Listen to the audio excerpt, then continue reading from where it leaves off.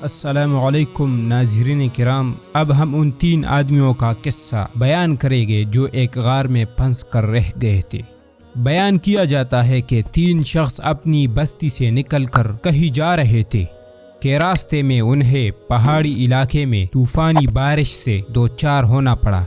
جس سے بچنے کے لیے وہ قریب ایک پہاڑی غار کے سامنے پہنچے تاکہ اس میں بیٹھ کر بارش رکنے کا انتظار کر لے، لیکن اس غار کا دہانہ بہت تنگ تھا۔ بہرحال انہوں نے اس کے اندر جانے کی کوشش کی اور پنجوں کے بل چل کر کسی طرح اس کے اندر جا پہنچے،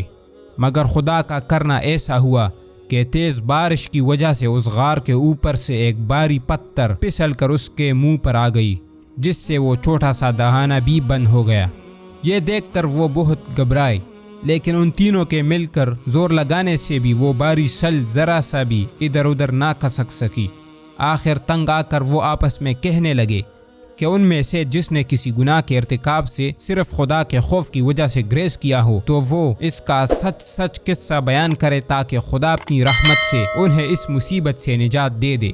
چنانچہ وہ تینوں اپنا ایسا ایک قصہ سنانے پر آمادہ ہو گئے، اور پہلے شخص نے وہ قصہ یوں سنایا کہ اس کا بوڑھا باپ بہت کمزور تھا جسے دودھ کی سخت ضرورت تھی۔ چنانچہ اس نے موقع پا کر ایک گائے پکڑی اور اسے اپنے گھر لا کر باندھ لیا تاکہ وہ اس کا دودھ روزانہ اپنے باپ کو پلایا کرے، لیکن پھر اسے خیال آیا کہ یہ تو بہت بڑا گناہ ہوگا، اور اس نے خدا کے خوف سے وہ گائے چھوڑ دی اور دل میں سوچا کہ اس کا بوڑھا کمزور باپ جیے یا مرے لیکن وہ اس گناہ کا ارتکاب نہیں کرے گا۔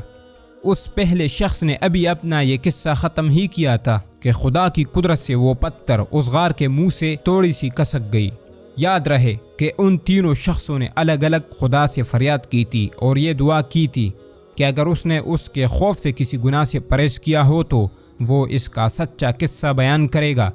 اور اگر اس کا وہ قصہ سچا ہو تو وہ اس بلا کو اس کے سر سے ٹال دے۔ اور جب وہ پتھر غار کے منہ سے کسی قدر سر کی تو اس نے خوش ہو کر خدا کا شکر ادا کیا اور اپنے ساتھیوں سے بولا کہ اب وہ باری باری سے اپنا کوئی ایسا ہی سچا قصہ بیان کرے۔ دوسرے شخص نے کہا کہ وہ ایک زمانے میں اتنا تنگ دست تھا کہ اسے اہل و عیال کے لیے غلے کا ایک دانہ بھی کہیں سے نہیں لا سکتا تھا۔ چنانچہ اس نے سوچا کہ اپنے پڑوس کی کھیتی پر کیوں نہ قبضہ کر لے، اور وہ ایسا کر سکتا تھا کیونکہ اس کا جواز اس کی مجبوری تھی، لیکن اس نے اسے گناہ سمجھ کر صرف خدا کے خوف سے اس گناہ کا ارتکاب نہیں کیا۔ اس دوسرے شخص نے جب اپنا یہ قصہ ختم کیا تو وہ پہاڑی پتھر اس غار کے دہانے سے توڑی اور سرک گئی۔ اس کے بعد تیسرا شخص اپنا قصہ شروع کرتے ہوئے بولا کہ وہ بھی کسی زمانے میں اتنا غریب تھا کہ اسے اور اس کے بیوی بچوں کو 2 وقت کا معمولی سا کھانا بھی میسر نہ تھا۔ ایک دن اس نے سوچا کہ کیوں نہ وہ دوسروں کے گھروں میں چوریاں کر کے اپنے بال بچوں کی روزی کا ٹھکانہ کرے، اور اس نیت سے وہ ایک رات کو ایک شخص کے گھر میں گھسا جہاں اسے ایک جگہ 100 دینار رکھے ہوئے مل گئے، لیکن خدا کے خوف نے اسے اس گناہ کے ارتکاب سے باز رکھا اور وہ وہاں سے خالی ہاتھ واپس آ گیا، اور اس نے اپنے آپ کو اور اپنے بال بچوں کو خدا کے حوالے کر دیا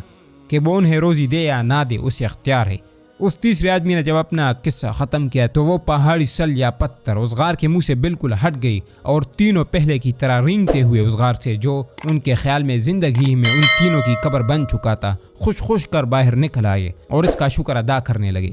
اب اس نشست کا اختتام ہونے والا ہے، آئندہ گفتگو جاری رہے گی۔